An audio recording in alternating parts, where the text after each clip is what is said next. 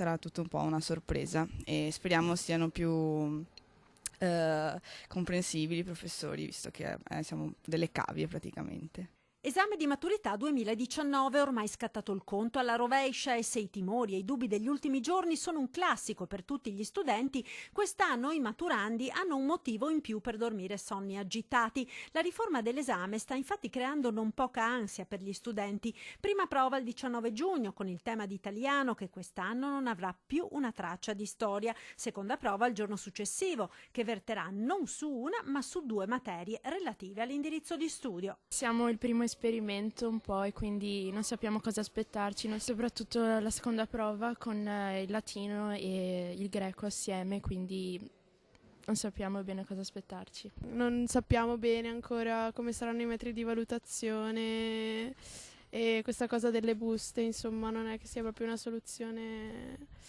fantastica e rassicurante. È una cosa nuova e quindi non sappiamo bene come affrontarla in realtà. Però speriamo bene, insomma. Abolito il quizzone, a preoccupare è soprattutto l'orale. Non ci sarà più la tesina e ogni studente dovrà scegliere una busta con gli argomenti che saranno oggetto del colloquio. Quello che mi preoccupa di più è l'orale, perché delle 3 prove è quella da cui ci si aspetta di più conoscenza, e perché comunque delle prime due prove abbiamo fatto simulazioni, quindi bene o male un'idea c'è, mentre per l'orale c'è tanto mistero e quindi insomma non sappiamo come affrontarla.